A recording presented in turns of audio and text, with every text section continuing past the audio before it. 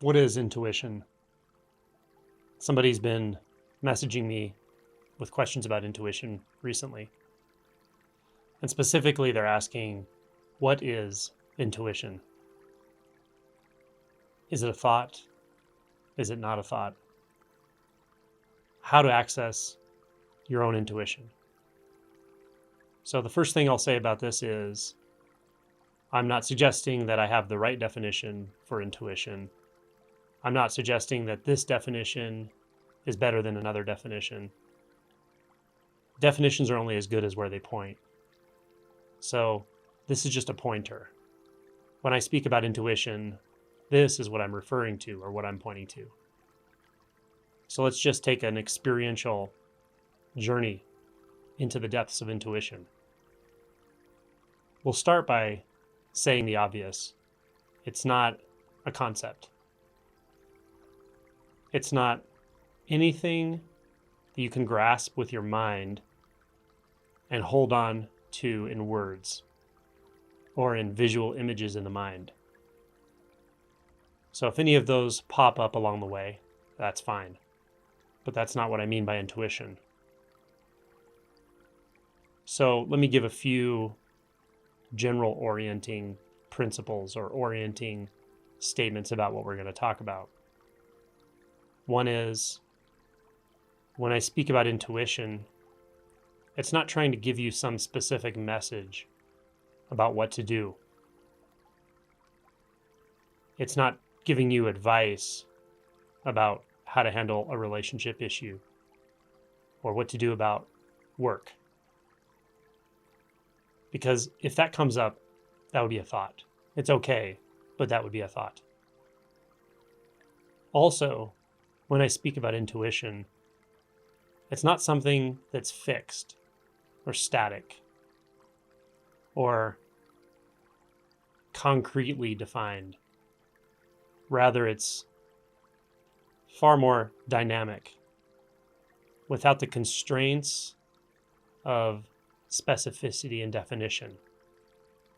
It's free of all that. The third thing I want to say about it is that the great thing about this is you don't need an ancient text to find what I'm pointing to.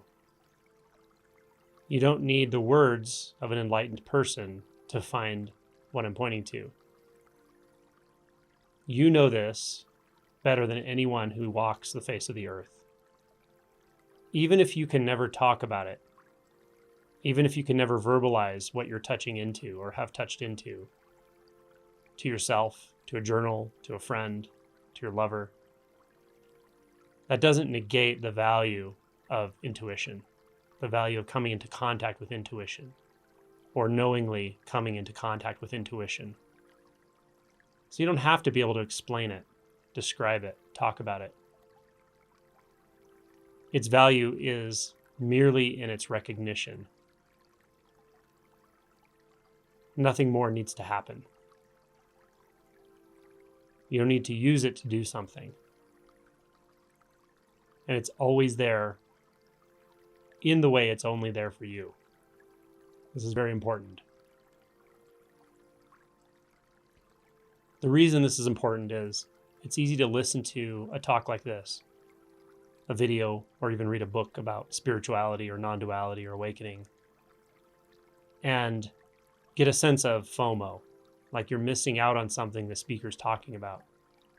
But you're not missing out on anything in my experience, because my experience is irrelevant to you. You're also not missing out on what intuition actually is. Your experience right now is infused with it.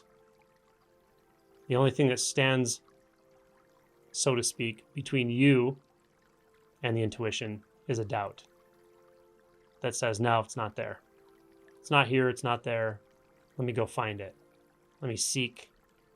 Let me learn some new information, some new techniques, practice, etc. This is closer than all that. 100%, it's there. So it's already there. It's already in your experience. You've heard me say this before, but in this context, it's important to recognize you can't go outward in the way the mind sees reality to find something. That's what I'm talking about. Rather, it's almost like a light just turning on. Or noticing the light that's already turned on, that's always been shining. It's much more like that. So let's just take inventory of our experience right now, without taking notes, without labeling, just experience. We're not trying to remember something from this experience. We're not collecting it. We're not trying to alter it into something different, more enlightened, etc. We're just taking inventory, noticing. Just allow full acceptance of this moment of experience. Now, you may or may not notice a sort of knowing or very subtle labeling of aspects of this experience, like what a thought is, what a sensation is, what a sound is. Or it may all be sort of mixed together, and the mind might just be quiet. No need to label, no need to find, nowhere to go. This is intuition. It's not static, it's not concrete or fixed. There's also no attachment to movement.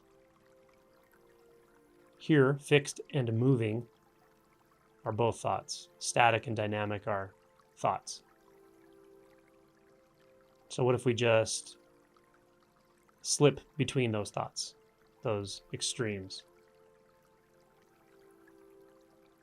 Knowing that intuition is already here, and it's not a thought.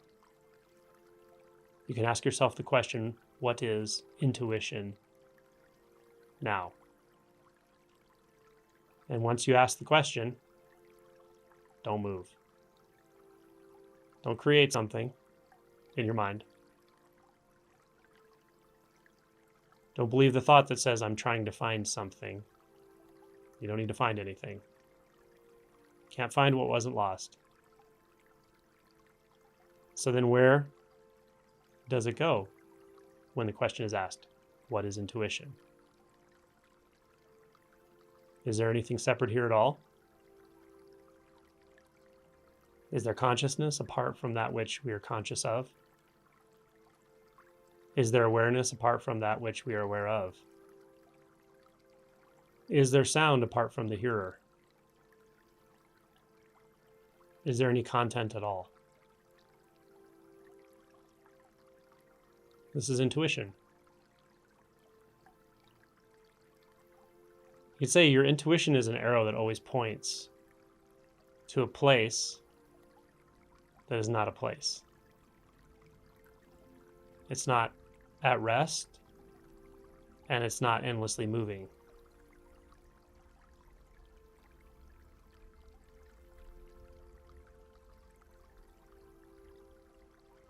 If you notice the mind wanting to land on a thought, an evaluation of this experience, then the movement of that itself, the movement of the thought or mind,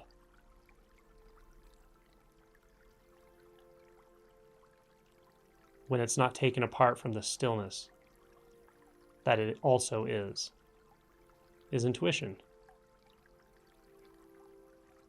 So let's not even dirty up this experience with the label intuition, but just know it points past all. Points past all fixation points, points past all thought, points past all belief, points past any labeling, any tendency to fixate, and it just keeps going.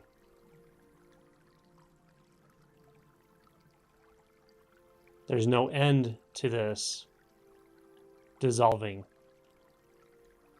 of paradigms, of holding, of clinging, of grasping.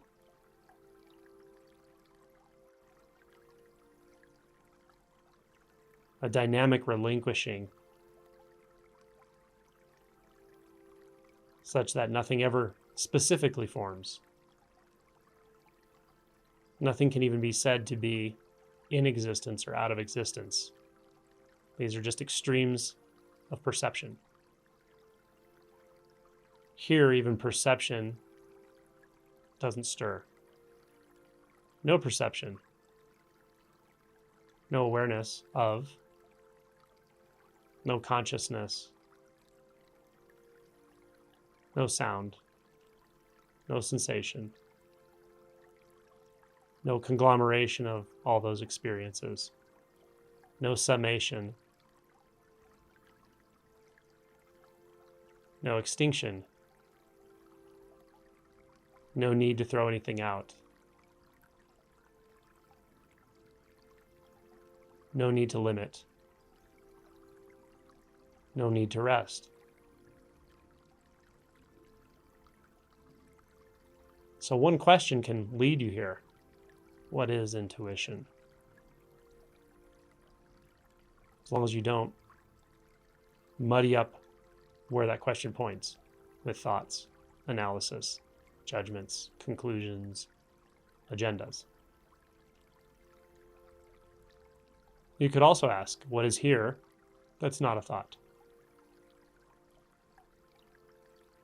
Points to the same place. What is here that's not conditioned by mind?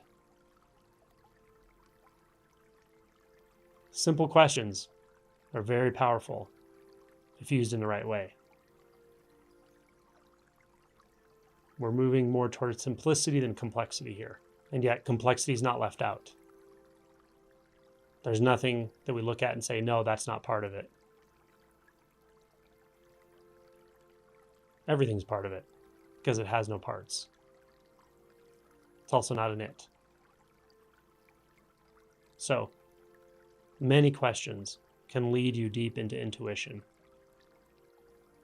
if you're just willing to go past all labels, all conclusions, all sensations, all sounds, all forms, all shapes, all conceptions of inside, outside, beginning, ending,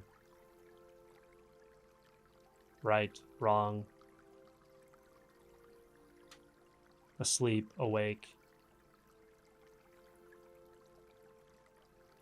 Just go right past all of these extremes of conditioned mind. And you'll find what no thought can touch. And you'll also find where you've never left.